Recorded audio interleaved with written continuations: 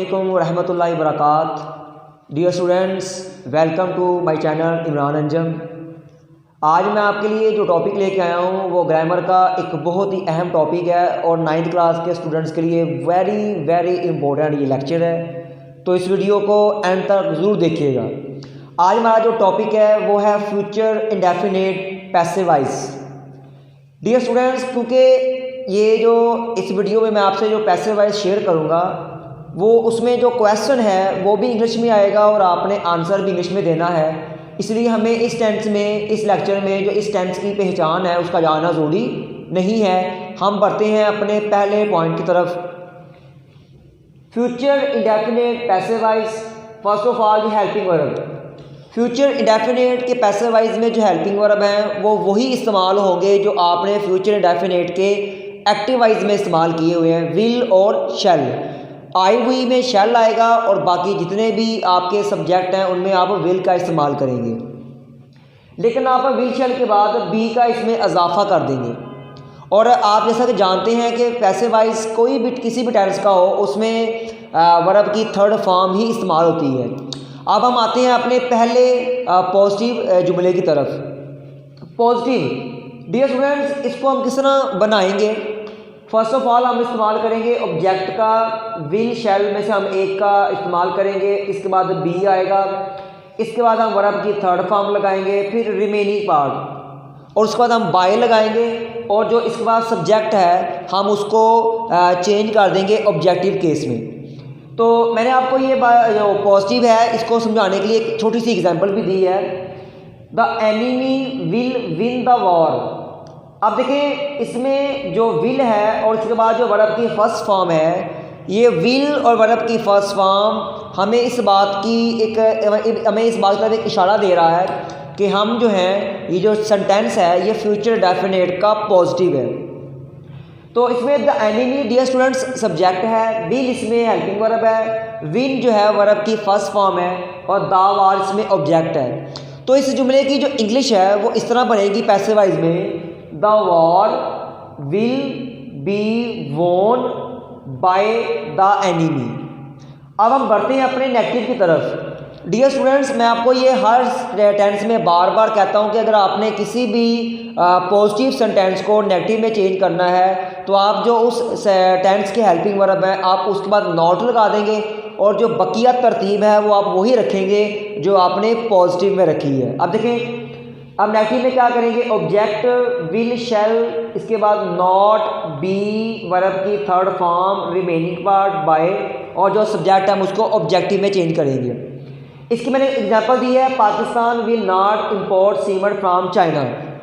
अब देखिए इसमें जो विल है और इसके बाद जो वर्ब की फर्स्ट फॉर्म है, ये दोनों इस बात की अलामत हैं कि ये जो जुमला है ये फ्यूचर इंडेफिनिट का है और ये नेगेटिव है क्योंकि इसमें नॉट आ गया। हम बनाएंगे सब पहले इसके पार्ट्स। इसमें पाकिस्तान सब्जेक्ट है, विल इसमें हेल्पिंग वर्ब है और जो नॉट है ये नेगेटिव के लिए है, इंपोर्ट वर्ब की फर्स्ट फॉर्म है, सीमड इसमें ऑब्जेक्ट है, फ्रॉम चाइना इसमें रिमेनिंग पार्ट है। तो इसकी इंग्लिश इस तरह बनेगी, cement will not be imported from China by Pakistan. ये था हमारा पॉजिटिव। अब हमने किया नेगेटिव। अब हम बढ़ते हैं अपने अगले सेंटेंस की तरफ।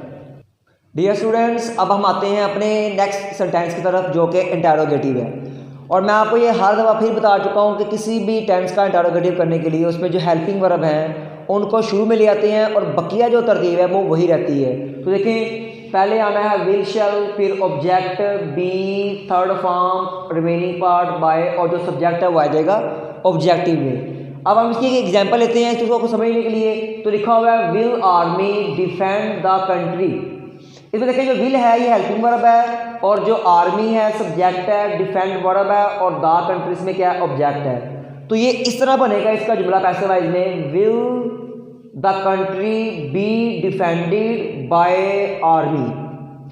अब हम आते हैं अपने अगले सेंटेंस की तरफ जो कि है इंटरोगेटिव नेगेटिव। और इंटरोगेटिव नेगेटिव को मैंने बताने के लिए आपको बताया हुआ है पहले भी कि अगर आपने इंटरोगेटिव को नेगेटिव करना है तो सिर्फ आपने इंटरोगेटिव में एक नॉट का इजाफा करना है। अगर आप एक्टिव वॉइस बना रहे हैं तो आप उस नॉट को लगा देंगे सब्जेक्ट के बाद, और अगर आप पैसिव वॉइस बना रहे हैं फिर आप नॉट लगा देंगे ऑब्जेक्ट के बाद। बाकी जो तरतीब है वो वही रहेगी।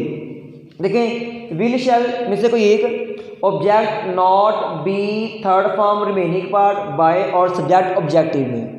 अब देखिए मिसाल ले लें, shall we not buy fresh eggs from bazaar. इसमें देखें इसमें शैल हेल्पिंग वर्ब है, वी इसमें सब्जेक्ट है, नॉट इसमें नेगेटिव क्या है, बाय वर्ब की फर्स्ट फॉर्म है, फ्रेश एग इसमें ऑब्जेक्ट है और फ्रॉम बाजार इसमें रिमेनिंग पार्ट है। अब फ्रेश एग्स के लिए हम क्या लिखेंगे, विल, ऑब्जेक्ट क्या है, फ्रेश एग्स। अब नॉट लगा देंगे क्योंकि ये नेगेटिव भी है, बी का इजाफा कर देंगे, वर्ब है बाय थर्ड फॉर्म का दिया बॉट, रिमेनिंग पार्ट क्या है फ्रॉम बाजार, बाय लगाया और वी को चेंज किया ऑब्जेक्टिव हालत में तो वो क्या बन गया अस। ये था हमारा इंटरोगेटिव नेगेटिव। अब हम आते हैं अपने अगले सेंटेंस की तरफ। हम आते हैं अपने नेक्स्ट सेंटेंस की तरफ जो कि है इंटरोगेटिव प्रोनाउन। स्टूडेंट्स आपको पता भी है कि इंटरोगेटिव जो प्रोनाउन है उसको जब शुरू में क्या आता है WH, यानी कि इसमें ख़ास वर्ड आते हैं। क्योंकि हम इंग्लिश से इंग्लिश कर रहे हैं इसलिए इसमें वाई आएगा शुरू में, विच आएगा, हु आएगा, हाउ आएगा, वेयर आएगा, ऐसे वर्ड्स इसके स्टार्ट में आएंगे। तो ये इसकी अलामत है इंटरोगेटिव प्रोनाउन की। तो आपने करना क्या है कि आप जब आपने जवाब बनाना है तो आपने किसी भी WH को चेंज नहीं करना सिवाय हु के। आपने जो हु है उसको चेंज कर देना है बाय हुम में। अब हम इसको तफसील से समझते हैं। पहले आना है WH, वो जो भी है आपने वही लिख देना है। अगर हु है तो फिर चेंज कर दे, वरना बाकी वैसे के वैसे। विल शैल में से एक ऑब्जेक्ट बी का इजाफा करेंगे, वर्ब की third form, remaining part bye, फिर आप सब्जेक्ट लगाएंगे और भी ऑब्जेक्टिव हालत में। अब हम यहाँ पे दो एग्जांपल लेते हैं, एक आपको मैं करवाता हूँ, एक आप मुझे खुद कमेंट में बताइएगा इसका आंसर क्या है। पहली एग्जांपल है where will women wash cloth. अब वेयर शुरू में आ गया और उस पर हेल्पिंग वर्ब है, तो ये जो जुमला है ये इंटरोगेटिव प्रोनाउन का एक्टिव वाइज है। तो पार्ट्स बना लें इसमें। वेयर क्या है WH, विल क्या है हेल्पिंग वर्ब, वुमेन क्या है सब्जेक्ट और वॉश वर्ब है, क्लॉथ में ऑब्जेक्ट है। अब देखिए स्टूडेंट्स हम वेयर को चेंज नहीं करेंगे, ये वैसे का वैसे आएगा। वेयर क्लॉथ ज़्यादा है तो आएगा विल, फिर आएगा ऑब्जेक्ट क्लॉथ, बी का इजाफा करेंगे, वर्ब है वॉश तो थर्ड फॉर्म क्या है वॉश, रिमेनिंग वर्ड्स में नहीं है तो बाय लगाएंगे और जो वुमेन है इसको हम चेंज कर देंगे वुमेन में। कोई नाउन है तो नाउन तब्दील नहीं होगा। अब जो हमारी नेक्स्ट एग्जांपल है वो हु वाली है, who will by this car. ये एग्जांपल आपने मुझे कमेंट में इसका जो आंसर है लिख के सेंड करना है। पार्ट्स में आपको इसके बता देता हूँ और आपने इसको खुद सोल्व करके मुझे अभी कमेंट करना है। हु इसमें WH है, विल इसमें सब्जेक्ट है, बाय वर्ब है और दिस कार्ड्स में ऑब्जेक्ट है। और डियर स्टूडेंट जिस जुमले में हु आ जाए वहाँ पे सब्जेक्ट नहीं आता, इसलिए आप इस जुमले में जब हु वाला जुमला आएगा तो आप उसमें जो रिमेनिंग पार्ट है उससे आगे नहीं जाएंगे। इसका जो आंसर है मुझे आपने अभी कमेंट में लाजमी सेंड करना है, मैं तक देखूँ अगर सही हुआ तो ठीक है, वरना मैं आपकी करेक्शन कर दूँगा। अब हम आते हैं अपने अगले सेंटेंस की तरफ जो हमारा लास्ट सेंटेंस है इंटरोगेटिव प्रोनाउन नेगेटिव। सिंपल सी बात है, WH हेल्पिंग वर्ब ऑब्जेक्ट के फौरन बाद not, be third form, remaining part by subject objective हालत में। इसकी एग्जांपल लेते हैं ताकि ये बात हमें अच्छी तरह से समझ आ जाए। वाई विल दे नॉट, यहाँ पे लिख देते हैं नॉट परचेज दिस कार। अब देखिए इसमें WH है, वाई हेल्पिंग वर्ब विल है, तो ये इंटरोगेटिव प्रोनाउन है और इसमें दे सब्जेक्ट पर नॉट भी आ गया तो ये नेगेटिव भी है। पार्ट्स बना लें।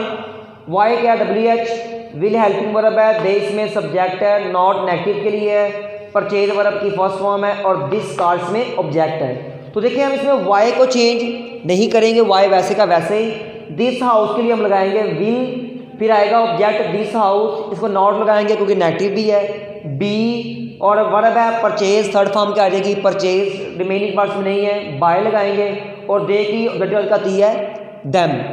तो डियर स्टूडेंट इस तरह ये हमारा फ्यूचर इंडेफिनिट मुकम्मल हुआ। आप इस टेंस के 2 से 3 जुमले मुझे कमेंट में लिख के सेंड कीजिएगा ताकि मैं देखूं कि आपने को कितनी समझ आई है। अगर आपकी कोई क्वेश्चन होने वाली हुई तो मैं आपकी वो क्वेश्चन भी कर दूंगा। Practice makes a man perfect, तो प्रैक्टिस ज़रूर करें, प्रैक्टिस करें। बेस्ट ऑफ लक, अल्लाह हाफिज़।